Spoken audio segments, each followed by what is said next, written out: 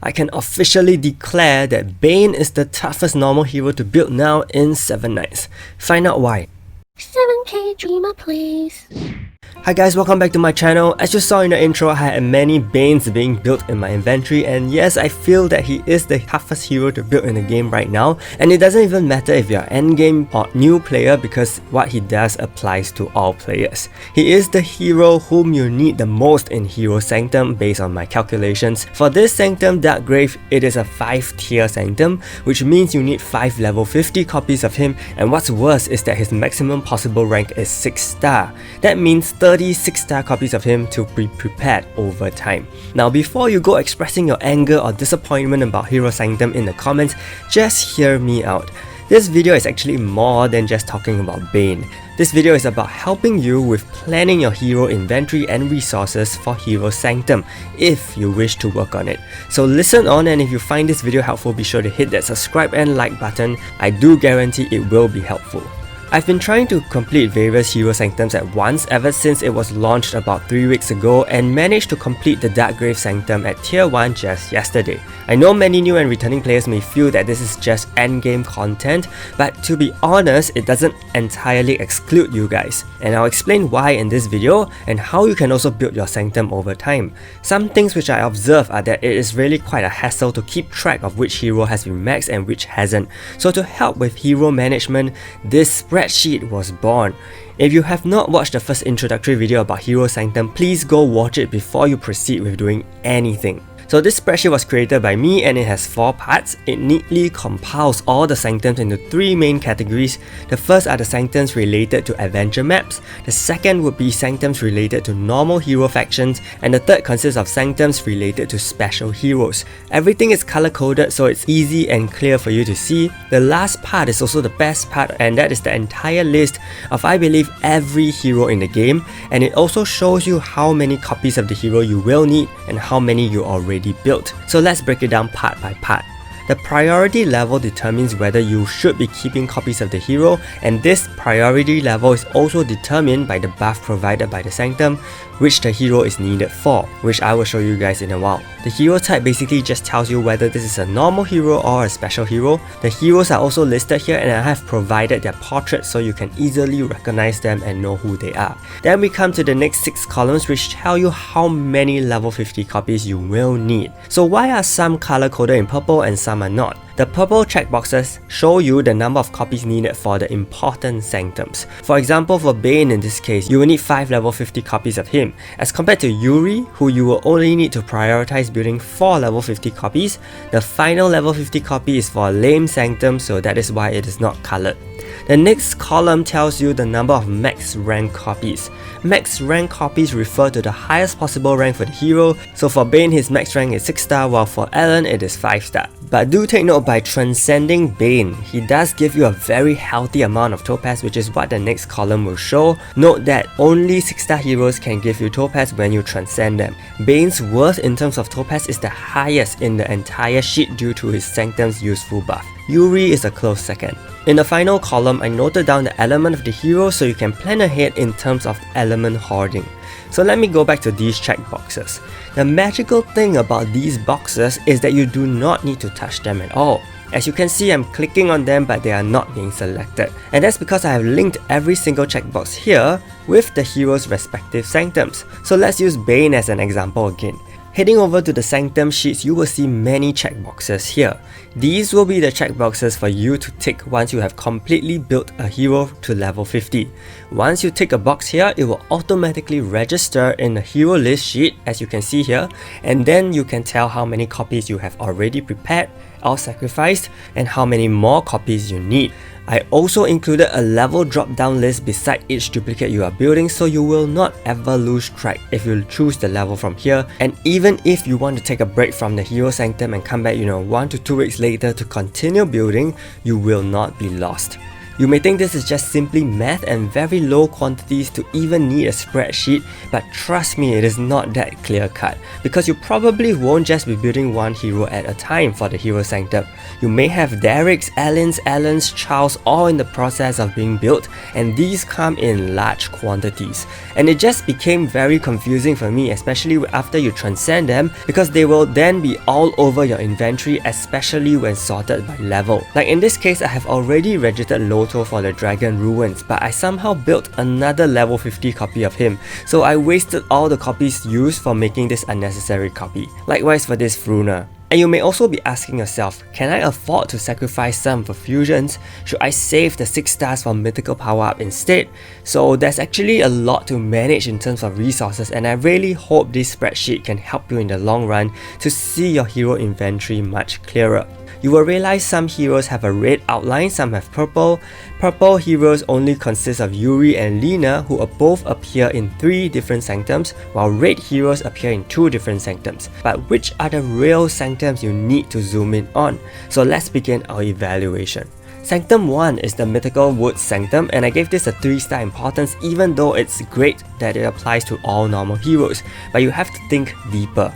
A plus 70 HP increase is pretty low considering damage dealt on heroes is always much higher. Furthermore, normal heroes are barely used in PvP and only used in PvE. In PvE, this plus 70 HP probably won't help that much, and in fact when geared decently, your heroes won't even die easily. So I think it gets a 3-star in terms of importance, not totally bad but not totally a priority. Sanctum 2 is the Silent Mind. It provides a physical attack buff, so it's an instant 5-star Sanctum to prioritize building. The only issue I have is that these heroes are not going to come as fast because hardly anyone farms in World 2 and hardly anyone should farm there. So the way to acquire these heroes are probably going to be from gacha trash or random hero tickets. You could even use Castle Rush points to buy random tickets or get the 3-star selectors if you are desperate, and that will really speed things up a lot. Sanctum 3 Blazing Desert gets a 4-star importance, though honestly I'd say it is a 4.5 star. Crit rate is super useful and it's only 1 tier, so it can be completed very quickly. But why this isn't a 5-star priority is because 1% increase in crit rate is not going to be game changing, because even without this, your Shane or Velika can already have 100% crit rate. This 1% increase helps in situations where you may not be able to get 100% crit rate, for example in Castle Rush where guild buffs are not taken into account.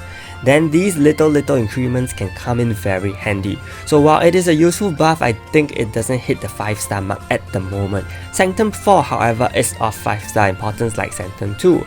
Flat attack stat buffs are really good because they scale exponentially with percentage attack increases, crit damage increases, and lethal damage increases. So buffing cost stacks like these is very important in my opinion. These sanctums particularly helps your Velika deal more damage and your healers heal more, and just these two alone makes it really worth it. As you can see, I've begun preparing for the 2nd level, so I'm using the spreadsheet to help me keep track of my hero counts. Sanctum 5, the Dragon Ruins, is another 4-star Sanctum because it provides a crit damage increase of 1%. Again, don't look down on this 1%. Crit damage is a damage multiplier that scales heavily based off attack, so any additional point in crit damage will definitely raise damage output a little more, and that could affect the duration of your runs, especially for longer battles. But the reason why this isn't a 5-star is because it will not benefit Shane that much. Sure, it helps Velika, but for Shane, who already has a 150% buff in crit damage, this 1% increase is relatively almost close to nothing for her. So since you are effectively only building this sanctum to benefit Velika, I rated it lower because you could still allocate your resources and time for other sanctums before coming to this. But of course, if you can build this faster than the rest, by all means. Sanctum 6 Frozen Land provides a lethal damage buff of 1%, and this is a 5-star sanctum without question. Lethal damage increases both Shane's and Velika's output. 610 is also a very common stage to farm for soul shards, so completing this sanctum shouldn't be too difficult since the heroes required drop easily and there's only 1 level to be completed. Sanctum 7 will be the Purgatory, and it provides a counter rate increase of 1% to all normal heroes. I gave this 2 stars only because not every hero requires more counter rate. In fact, only Seek and Aragon will really benefit from this because they tend to have a counter rate of about 80% to 90%. neither do you want other heroes to counter unnecessarily. So I think this Sanctum isn't of a high priority and the heroes required are not easy to build. Next would be Sanctum 8 Moonlit Owl. This is sadly a 1 star. Block rate increase of 1% to all normal heroes may sound like a good deal, but in my opinion it isn't. Block rate is something that is only useful when a hero is already equipped to have a high block rate. A 1% increase is really mediocre and almost non-existent in the case of RNG, especially in PvE. It is really just not necessary, especially to pump heroes like those here. In a drastic comparison, next two Sanctums 9 and 10 are much more worth the focus. They provide the same crit rate and crit damage buffs as Sanctum 3 and 5, but require less heroes to build. I would suggest completing Sanctums 3 and 5 before starting on these two because these do require more 6-star heroes. Once you have completed these 4 Sanctums 3, 5, 9 and 10, they can collectively make an impact on your account. Sanctum 11 and 12 offer the same buffs as Sanctum 7 and 8, and I've also given them the same ratings, and they can be your focus after completing the more important Sanctums. We now move on to the faction-based Sanctums. This is where things start to get a little weird because not all of these Sanctums buff normal heroes. The White Wolf Sanctum here buffs Night Crows instead, which makes it utterly useless and of extremely low priority.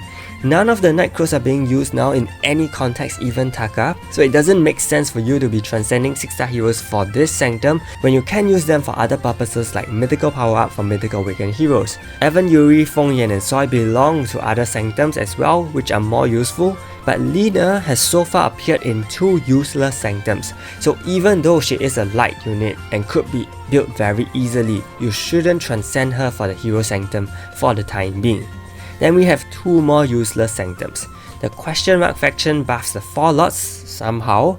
I don't understand why, but it is what it is. And you only get a maximum buff of 30 HP points for them. Currently, only Rin has the potential to be used in PvP where damage exceeds 30 points, so how useful is this even? Fragment Search Party 1 provides block rate buff to all normal heroes. This is the 3rd time we have this buff.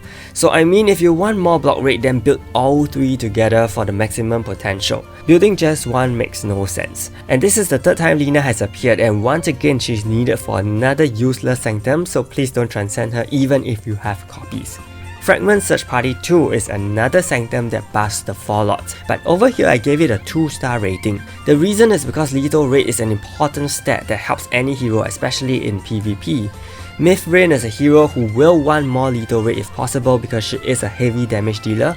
Myth Wukong could benefit from it as well, and in addition, don't forget Lu Bu also has a mythical awakening in future. I'm sure he will be a heavy damage dealer too, and this buff can come in handy, but for now it isn't super necessary and there are more important things to care about. The Dark Magic Research Sanctum is pretty much a scam to me. It increases magic attack for Dark Knights only, and if this is not sad enough, think about who in the Dark Knight uses magic weapons. Only Mercure, Platine and Sylvester. All of them are not even used in any situation, so this is a very bad Sanctum to focus on.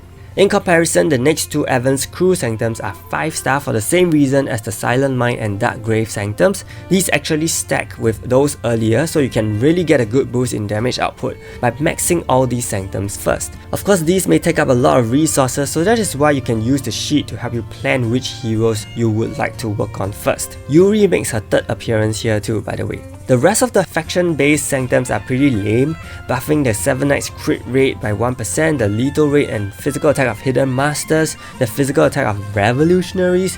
All these are the least of my concerns. The most important one here is the Crusaders Sanctum. It is the 3rd Sanctum that provides a magic attack increase to all normal heroes, so that is definitely a good upgrade, but it does require you to build the Crusaders, who are not the most common heroes to get. So I think this will take a long time to properly complete.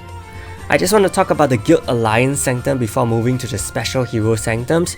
I gave this a 2-star rating because Pentagon heroes are still pretty much used in PvP and PvE. Ares being used as a taunter in Heavenly Stairs will benefit well from some defense increase. Caesar and Zahara also getting defense increases for PvP will be good. This is a core stat increase, so that is why I think it is not too bad to invest in, but still a low priority. If you don't even use Pentagon heroes that much, then it's a 1-star. Finally, we come to the special Hero Sanctums. Honestly, most of them are 1-star priority. I only gave the Fallout and Pentagon Sanctum 2 stars for the same reasons I mentioned earlier, but beyond that, it's really not worth sacrificing your special heroes for all these special Sanctums which only provide tiny faction exclusive buffs. The only worthwhile special Sanctums are the last 3. The Question Mark Sanctum comprises of the 5 heroes who our current and ex-developers were named after. Remember Death Wukong, Death Spike? While the other 2 are kind of a cool Hero Sanctum and a lolly Sanctum.